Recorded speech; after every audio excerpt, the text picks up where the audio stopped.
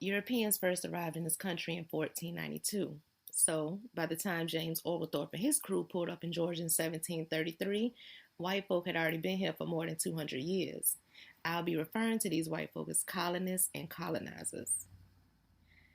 Now, 200 years ain't long enough for white folks to outnumber Native Americans, but it's long enough to make a lot of mixed race babies. Now, these weren't all Disney versions of Pocahontas' love story either.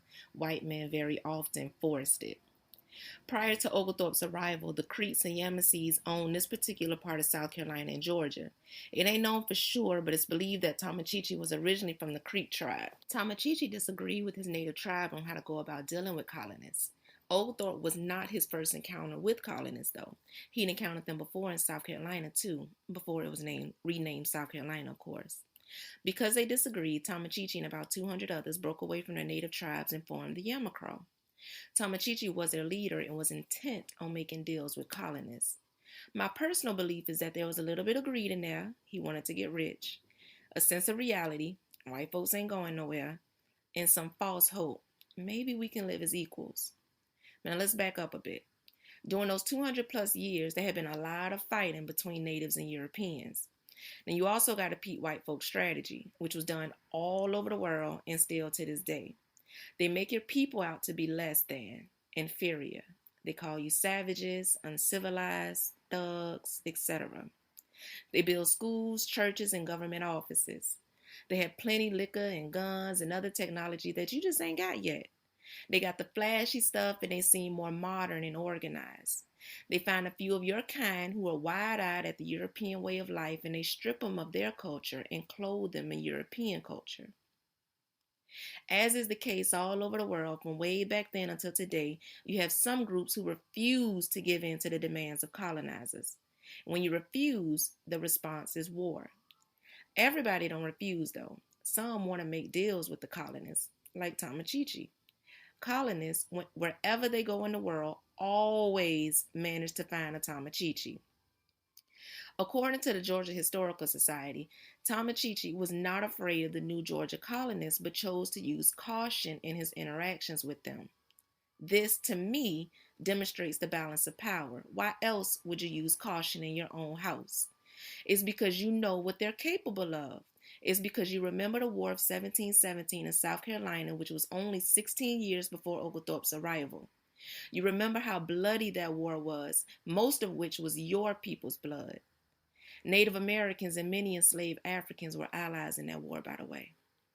I personally don't care what sources say. Tomachichi was scared. And instead of refusing white folks' demand and risking another war, he figured the best way was to cooperate with them. Mary Musgrove, along with Tomachichi, is also praised for maintaining peace and fair trade. And I'm quoting the Georgia Historical Society there. Her mama was Native American and her father was white. Her mama named her Kusapanakisa, but she adopted the name Mary Musgrove after being brought up around her father's family where she attended their churches and schools. She became a Christian and learned to speak English just as well as her native tongue.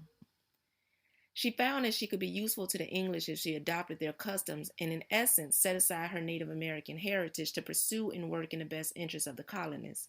She did not, however, foresee the level of degradation that she would face in later years from the very people she helped.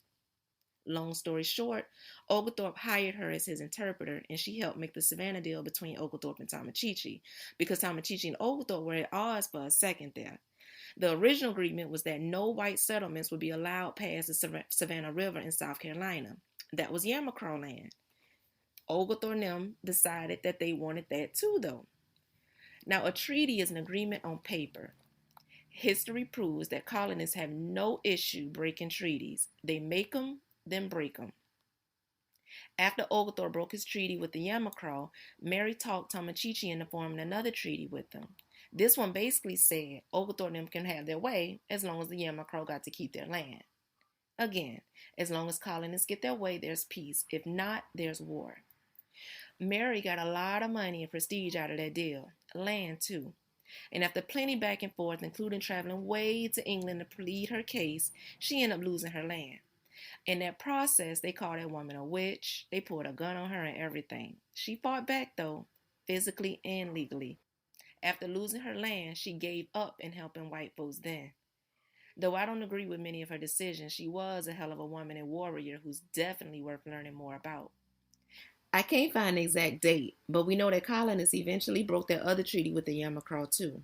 So when I say colonists yanked the land, this is what I mean. They don't play fair. Over time, natives come to understand that too. So you have people like Tamachichi and Kusapanakisa, aka Mary Musgrove, who'd rather make deals than cause war. Owning the whole state was the plan from the jump, just as owning this whole country was. The yank is in the intention, in the post traumatic stress from previous bloodshed, in the broken promises. Indigenous people all over the world have this exact same testimony. Just because an agreement is on paper, that don't make it right or permanent. If they want it, laws will be made to take it, and guns will be used if you stand in the way.